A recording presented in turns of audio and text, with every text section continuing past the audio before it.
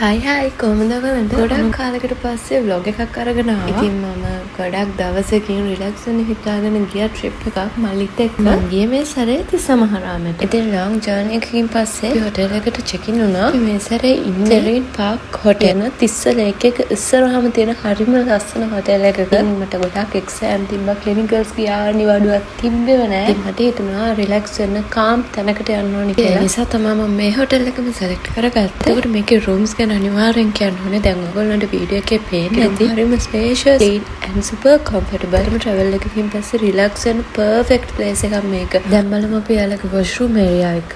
honestly මේක තමයි මම හොටෙල් එකක stay කරනකොට වැඩිපුරම attention දෙන්නේ. මේ washroom එක very clean and well maintained කියලා ඔයාලට දැක්කම පේනවා. මේකේ shower area එකත් clean and spacious. Hi guys. කොහොමද ඔයගොල්ලන්ට ගොඩාක් කාලෙකින් vlog එකක් අරගෙන ආවේ? මම trip එකක් ආවා. කොහෙද? තිස්ස. ඉතින් මට හිතුණා vlog එකක් ගේන්න ඕනේ කියලා. මං දිගටම එකම vlogs ගේනවා. මට ඒ කියන්නේ මම ගොඩක් දැන් එක තවල ඇවිදිනවා. එතකොට මට පුළුවන් ඔයගොල්ලන්ට එන්න. ඉතින් මොකද ගොඩාක් කාලෙකින් මට YouTube එකේ වීඩියෝස් දාන්න බැරි වුණා. ගොඩක් බිසි වෙලා හිටියා, ක්ලාස් කරා. ඒවයි ගොඩාක් වැඩ තිබ්බා මට.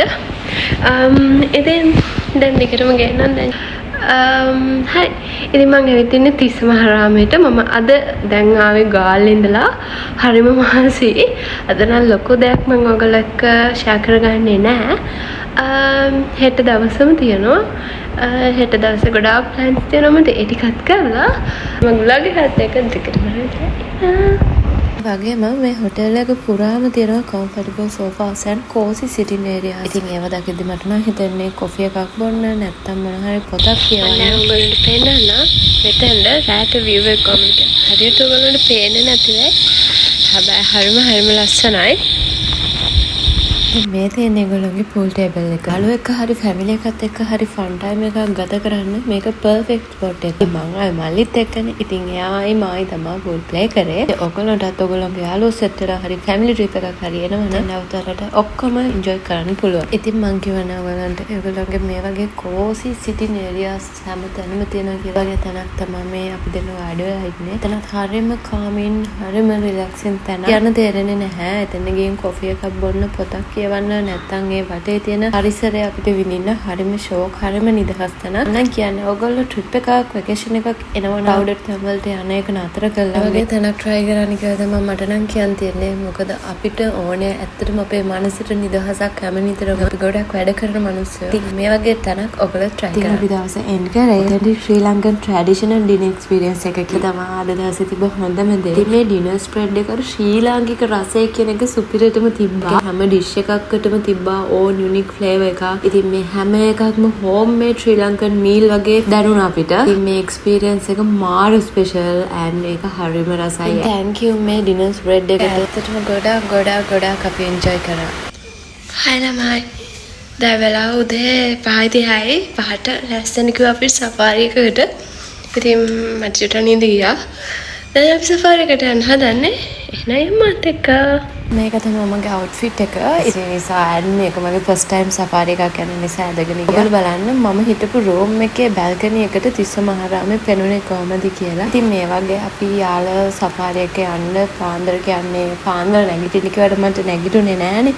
ඊට පස්සේ කොහමද 5:30 වගේ වෙද්දී අපි පිටත් වුණා. මට මතක නෑ කොහොමද වෙලාව කියලා. කොහොමද අපි පිටත් වුණා. ඉතින් ඉස්සරහට තියන්නේ අපි safari එක ගියපු video clips ටිකක්. ඒකම හරිම shock safari එකක්. ඒක අපිට offer කරේ මේ අපි නතර වෙලා හිටපු hotel එකේ. ස්පෙෂලි කියන්න ඕනේ අතට මයි මල්ලේ විතරයි ගියේ.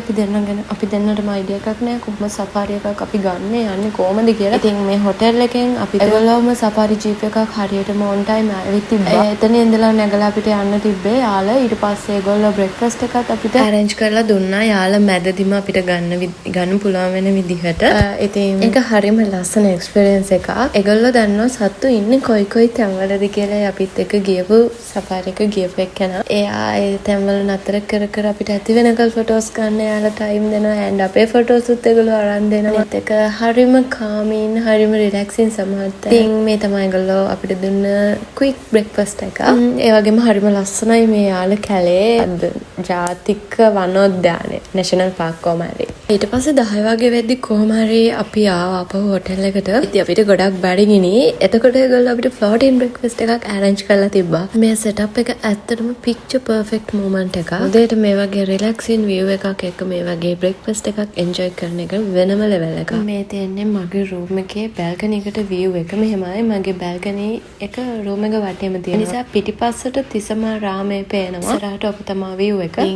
මේක මාරම රිලැක්සින් view එකක්. ළමයි මම මේක වොයිස් කරන වෙලාවේ අපිට හොදටම වහිනවා. ඉතින් ඕගොල්ලන්ට එක සද්ද ඇහෙන්න පුළුවන්. ඒක ගණන් ගන්න නැතුව මගේ වොයිස් එකට විතරක් අවධානය යොමු කරන්න. ඊට පස්සේ ආයේ මල්ලි ලන්ච් එකට පහලට ආවා. ඉතින් මේගොල්ලෝ ලන්ච් එකටත් තිබ්බේ ලස්සනට arrange කරපු traditional Sri Lankan rice and curry spread එකක්. ඒක දැක්කම මගේ බඩගින්න තවත් වැඩි වුණා. ඇත්තටම මම නම් හිතන්නේ ශ්‍රී ලංකන් ලන්ච් එකක තියෙන warmth එක authentic flavour එකට වෙන කිසිම එකක් replace කරන්න බෑ කියලා. ඉතින් මට නම් මහාරාමේ සෙරෙන් පාක් හොටෙල් එකේ ගෙවුණු මේ දවස් ටික ඇත්තටම හිතට හරිම නිදහස් දවස් ටික. කලංග පරිසරය, ලස්සන ස්ටේ එක, රසවත් ශ්‍රී ලංකන් මීල්ස්, floating breakfast වගේම මේකේ හැම පොඩි ඩීටේල් එකක් මගේ මේ ට්‍රිප් එක ඇත්තටම ලස්සන කරා. ට්‍රැවල් එකක් කියන්නේ ප්ලේසස් බලන එකම නෙමෙයි. ප්ලේස් එකේ ලැබෙන ෆීලිං එක. මේ හොටෙල් එක මට දුන්නේ ඒ වගේ calm, peaceful and refreshing feeling එකක්. ඔයගොල්ලොත් මේ vlog එක enjoy කරා කියලා මම හිතනවා. ඉතින් ඔයගොල්ලොත් තිසමහාරාමේ යාලේ සෆාරි යනවා නම් අනිවාර්යයෙන්ම මේ හොටෙල් එකට යන්න අමතක කරන්න එපා. මං ගිහින් එන්නම්. bye bye.